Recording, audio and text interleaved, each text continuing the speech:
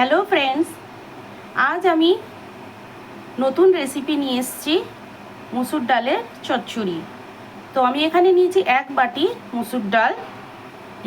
এখানে নিয়েছি 8 চামচ হলুদ, 8 চামচ গুঁড়ো লঙ্কা, এখানে 5 ফোড়ন নিয়েছি, 2টো শুকনো লঙ্কা আর একটা তেজপাতা, আর এখানে নুন নিয়েছি।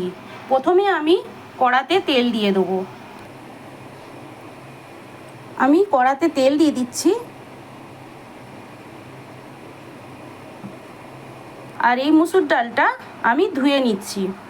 মুসুর ডালটা আমি ধুয়ে নিয়েছি ভালো করে। কড়াইয়ের তেলটা গরম হয়ে গেছে। এবার আমি প্রথমে 5 ফোড়ন দিয়ে দিচ্ছি। আমি কড়াইতে 5 ফোড়ন দিয়ে দিয়েছি। তারপর তেজপাতাও দিয়ে দিলাম, এই শুকনো লঙ্কাটাও দিয়ে দিচ্ছি। এগুলো ভালো করে ভেজে নিতে হবে। ধোয়া মুসুর ডালটা এর মধ্যে দিয়ে দিতে হবে। মুসুর ডালটা ভালো করে নেড়ে নিতে হবে তেলেতে।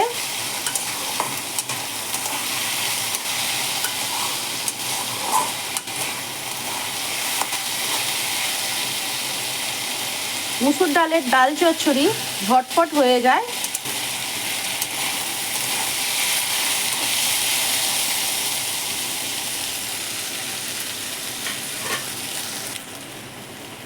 তারপর আমি এই গুঁড়ো লঙ্কা, হলুদ আর নুন সব এর মধ্যে দিয়ে দিচ্ছি।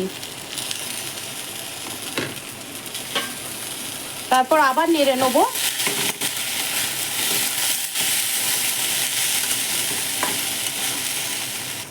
মুসুর ডালটা ভালোভাবে ভাজা হয়ে গেছে। এবার আমি 1 গ্লাসের মতন জল ঢেলে দিচ্ছি। মুসুর ডালের ডাল চচ্চড়ি যতক্ষণ হচ্ছে ততক্ষণ আপনি ওকে ঢাকা দিয়ে রাখতে পারেন। আপনারা ডাল চচ্চড়ি কেমনভাবে বানান কমেন্টে লিখবেন।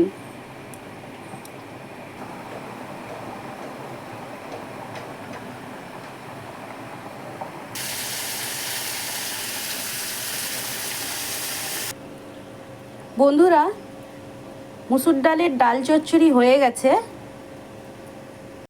বন্ধুরা, মুসুর ডালের ডাল চচ্চড়ি ভিডিও যদি আপনাদের ভালো লাগে লাইক করবে, শেয়ার করবে, সাবস্ক্রাইব করবে।